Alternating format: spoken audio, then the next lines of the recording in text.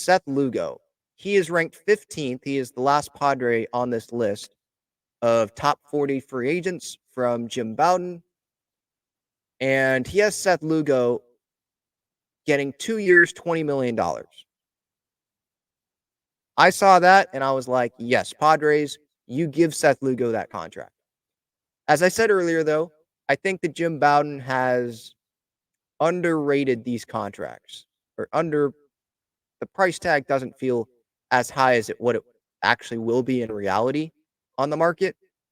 2 years, $20 million for Seth Lugo, what we saw this past year, knowing that he can be a starter and he can go 6 innings pretty consistently.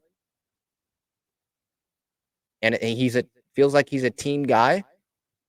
If it doesn't work out in the rotation for some reason, or he gets hurt and the best thing for him is to go to the bullpen, he can do that as well. I'm taking Seth Lugo in a heartbeat at 2 years, $20 million. With Michael Wacha, there's question marks. I'm not saying there's no question marks with Lugo, but it feels like there's a bigger injury question mark with Wacha, especially with the arm. Lugo didn't deal with that in 2023. And he doesn't have as many innings on him as Michael Wacha does in his career. So $10 million per year. I mean, Lugo made this past season $7.5 million. And that was the Padres not knowing if he was going to be a starter or not the entire year. So for him to be, because if the Padres bring him back, he's going to be a starter. Like, you don't bring him back and say, yeah, we're putting you in the bullpen after you were successful in the rotation, right? Other best fits here for Jim Bowden says the Cardinals, who, yes, they're going to want to spend on the rotation. Angels, they're always looking for pitching. Tigers, Royals. Okay. Would Seth Lugo want to go to the Royals? I don't think so. He wants to win. Would he want to go to the Tigers? I don't think so. Would he want to go to the Angels? Maybe, but he probably sees that they're taking a step back as well. Would he want? So I think among these teams, I'm sure other teams will be interested, especially if it's 2 years, $20 million. I think it's going to be more than that.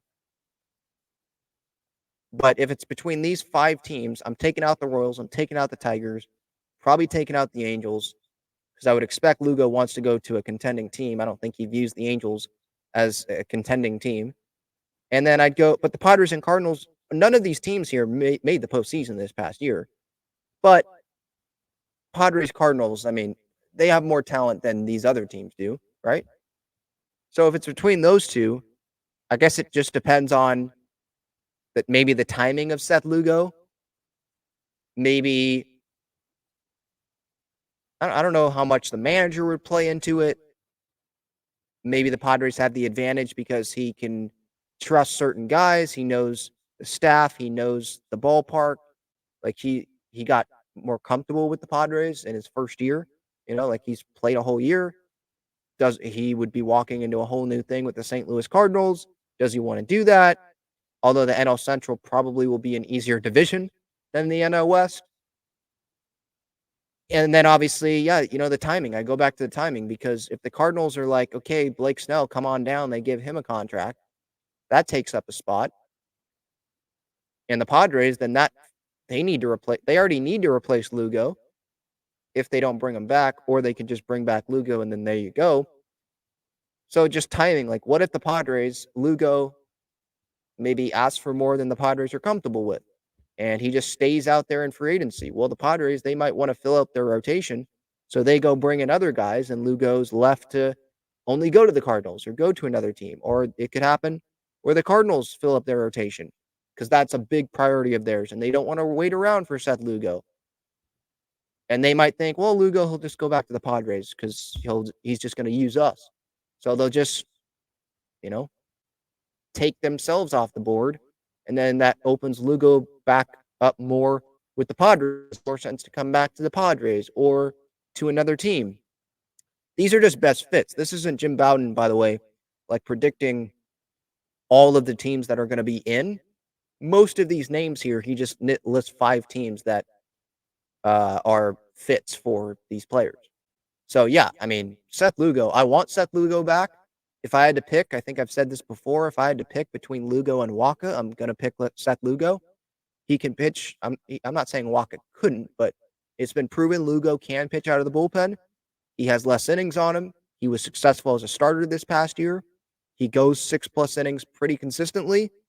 He didn't have any arm problems this past year. I'm going to go with Seth Lugo, especially at that contract, 2 years. So would you rather give Wacha $16 million per year? Now, that would be guaranteed, because it's a club option, like he would have to come back.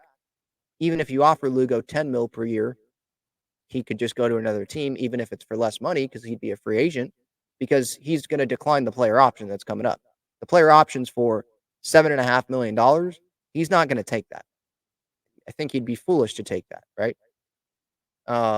You're turning down multiple years, you're turning down more money per year. Just that would be dumb.